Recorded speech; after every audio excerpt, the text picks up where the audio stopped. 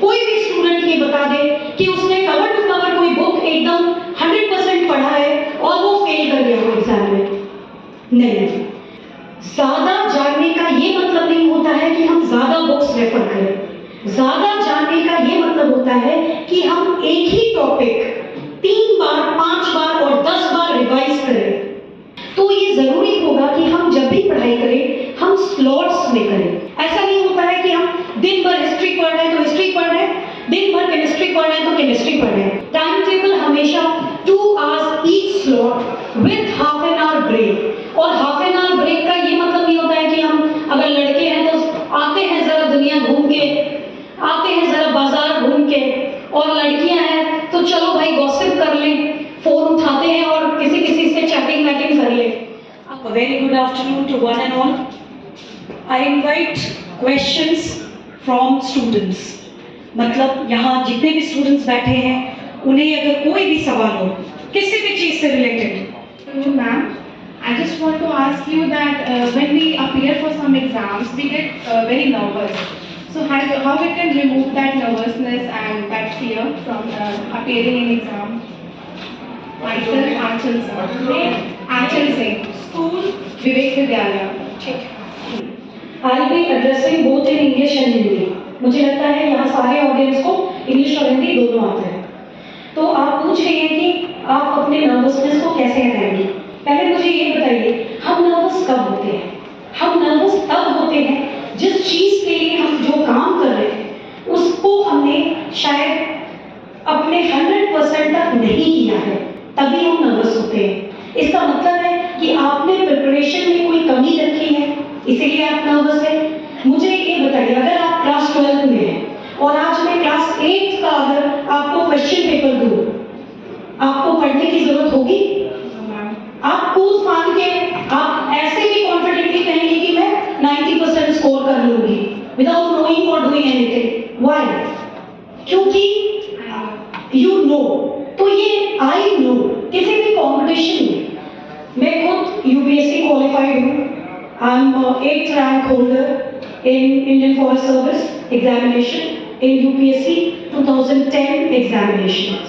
तो मैं ये बता सकती हूँ आपको कि किसी भी एग्जाम को क्रैक करने के लिए या पार करने के लिए जिस समय आप एग्जाम पेपर लिख रहे होंगे और एग्जाम हॉल से आप बाहर आओगे, उस समय ही आपको पता होगा you are into it, you are definitely into it, your inner conscious will say it. आपकी अंदर आत्मा ये आपको बता देती है कि you have cracked it, you have done it. I can tell you, हमने प्रीलिम्स दिया, मेंस दिया और इंटरव्यू दिया।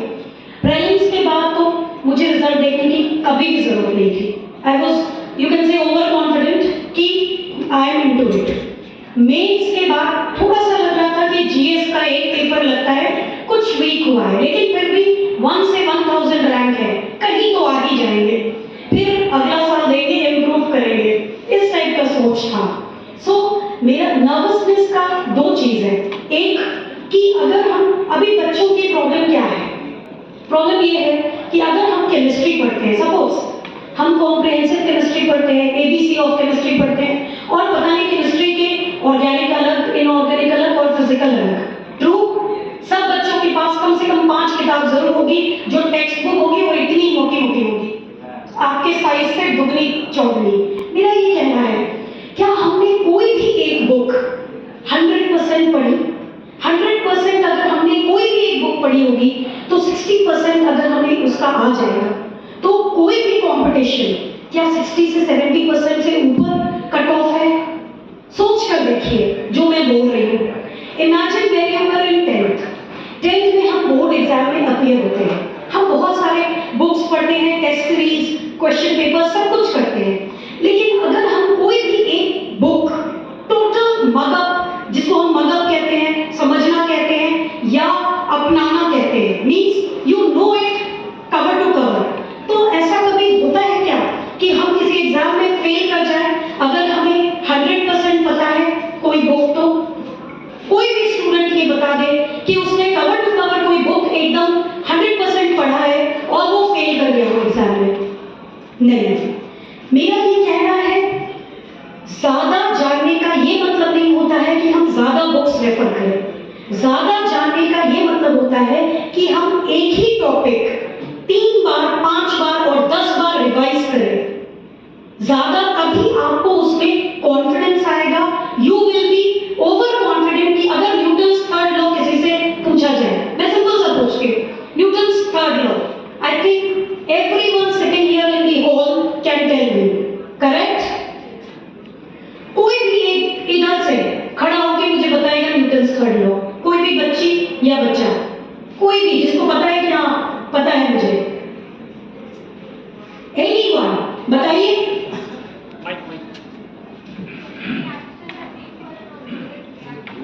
ठीक है, you are in which class? Wait, you are 12th pass, ठीक है? You are preparing for medical और इंजीनियरिंग, ठीक है? Tell me one thing, to every action there is equal and opposite reaction, correct? That is Newton's third law of motion. For different bodies. हाँ, that is where it makes the difference कि they don't act on the same bodies. A person who knows this is fit to appear for a competitive exam. That is the difference. 12th का exam जो हम appear करते हैं और competitive exam जो हम देते हैं, दोनों में क्या फर्क है? यही फर्क है कि हमें सिर्फ लॉ नहीं पता होना चाहिए, लॉ के एप्लीकेशंस भी हमें पता होने चाहिए, ठीक है? तो नर्वसनेस को रिड्यूस करने का, थैंक यू, आप बैठ सकते हैं। Thank you. नर्वसनेस को रिड्यूस करने का सबसे अच्छा तरीका ये है कि हम अगर एक टेक्स्ट बुक या एक कॉन्सेप्ट या एक टॉपिक ही जाने, लेकिन उसे बेस्ट जाने, विदाउट फ्लॉज जाने, विदाउट एरर जाने, तभी आप कॉन्फिडेंट होंगी।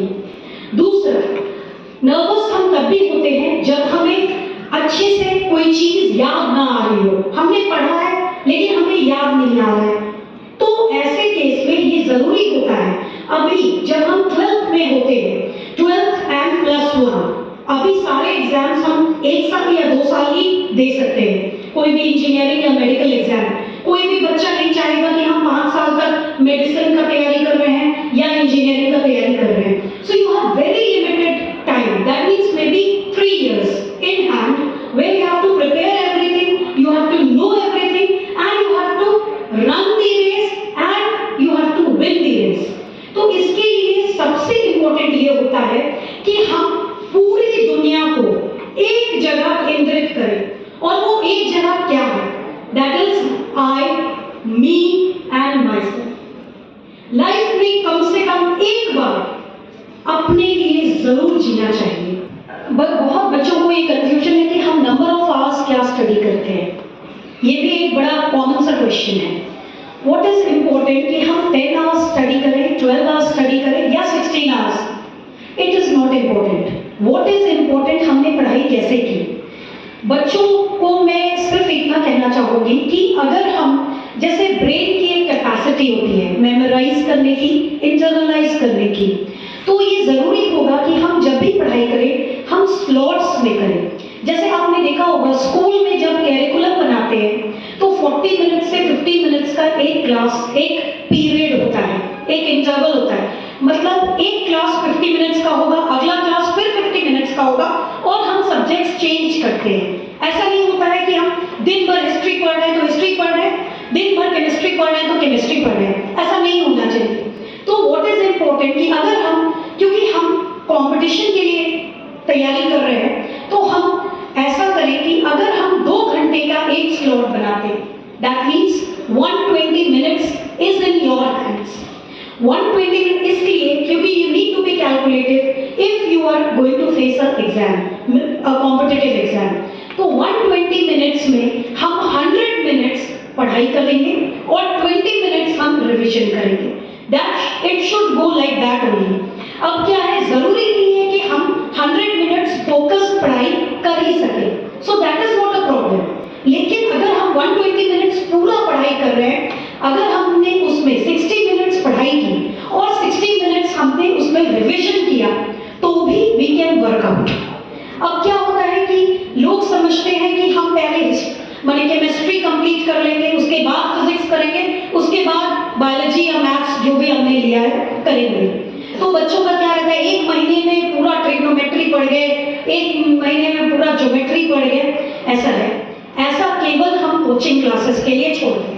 Coaching classes know their expertise, they know, they are trained mind. उन्हें पता है कि हम कितने देर में कितना एक कैरिकुलम को कंप्लीट कर सकते हैं।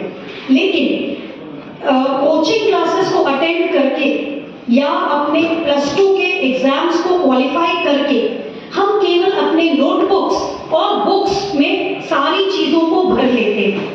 लेकिन at the end of everything you have to अपने में इसको इंटरनलाइज करना है, आपको वो नॉलेज अपने अंदर आना चाहिए। तो इसके लिए क्या करना होगा, आपको सेल्फ स्टडी जरूर करनी होगी। मुझे ये नहीं पता कि अभी कोचिंग क्लासेस 4 आवर्स है या 6 आवर्स है। हमारे टाइम में 6 आवर्स तक भी होते थे, 2-2 घंटे के हम फिजिक्स, केमिस्ट्री, बायोलॉजी करते थे। Since I am a core biology student, life sciences मेरा सब्जेक्ट रहा है, यूपीएससी भी मैंने बॉटनी और जूलॉजी से क्वालिफाई किया है। तो उस समय ये ट्रेंड रहता था। अभी कोचिंग क्लासेस के अपने शेड्यूल्स होते होंगे, बट आपको जरूरत है कि आपका जो टाइम टेबल है, टाइम टेबल हमेशा 2 hours each slot with half an hour break. और हाफ एन आवर ब्रेक का ये मतलब नहीं होता है कि हम अगर लड़के हैं तो आते हैं जरा दुनिया घूम के, आते हैं जरा बाजार घूम के, और लड़कियां हैं तो चलो भाई